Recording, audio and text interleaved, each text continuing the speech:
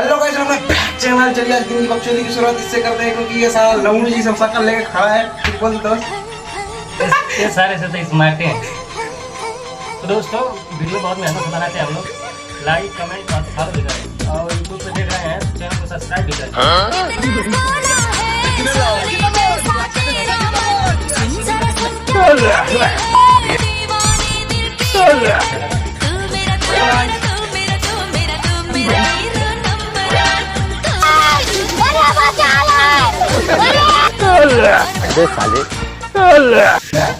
रहता परिकार समाना बनाते हैं पटवा परिमाणिया में डाल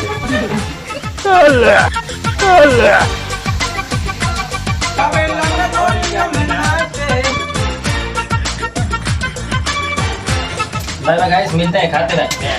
छोटा सा break bye. Like comment share subscribe खा दो, सब कर देंगे सब।